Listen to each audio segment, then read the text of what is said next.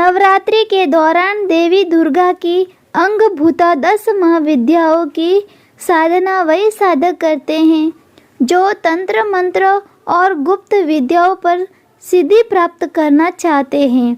अघोरी, साधु और तंत्र मंत्र के साधक महाविद्याओं के अनन्य भक्त होते हैं और इनकी साधना से उन्हें अचूक सिद्धियां की प्राप्ति होती है। इस समस्त संसार को चलाने वाली परम शक्ति माँ भगवती पृथ्वी के हर कण में विद्यमान है। स्वयं महाकाल शिव अपने अस्तित्व को शक्ति के बिना अधूरा मानते हैं।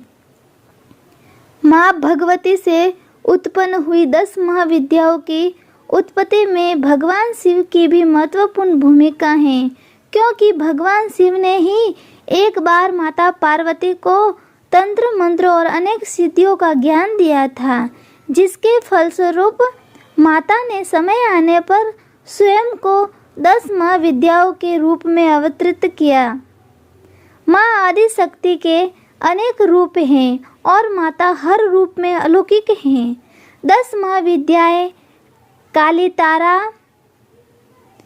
छिन्नमस्ता, षोडशी, भुवनेश्वरी, भैरवी, धूमावती, बंगलामुखी, मातंगी, कमला, ये सभी माता के स्वरूप हैं। 10 महाविद्या की उत्पत्ति की कथा। शिव पुराण में 10 महाविद्याओं से संबंधित एक कथा का वर्णन है, जिसके अनुसार असुर रुरु का एक पुत्र हुआ जिसका नाम दुर्गमासुर था। वह एक अत्याचारी राक्षस था जिसने ब्रह्मदेव से वरदान के रूप में चारों वेदों को मांग लिया था। चारों वेदों को अपने वश में करने के बाद उसने देवलोक और पृथ्वी पर आक्रमण कर दिया। वेदों के लुप्त हो जाने से पूरी सृष्टि में सारे मंत्र भी लुप्त हो गए और इससे हवन, पूजा, जप और देव साधना जैसी क्रियाओं का लोप हो गया। साधु, मुनि और अन्य देवगण में हाहाकार मच गया।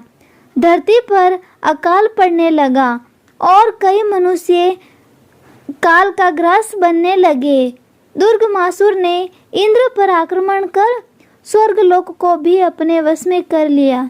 इस भयावह परिस्थिति से दुखी होकर सभी देवताओं ने त्रिदेव की शरण ली, परंतु स्वयं ब्रह्मा, विष्णु, महेश के पास भी इस विकट समस्या का कोई हल नहीं था। ऐसे में केवल माँ आदि शक्ति ही इस सृष्टि की रक्षा कर सकती थी। सब देवताओं ने त्रिदेव के साथ मिलकर माँ भगवती का स्मरण किया और उनसे प्रार्थना की कि हे माँ भगवती, इस दुर्गति से हमारी रक्षा कीजिए और दुर्गमासुर का नाश कीजिए। तब माँ भगवती ने 10 दिशाओं में अपने 10 स्वरूपों को उत्पन्न किया, जो 10 महाविद्याएं कहलाई।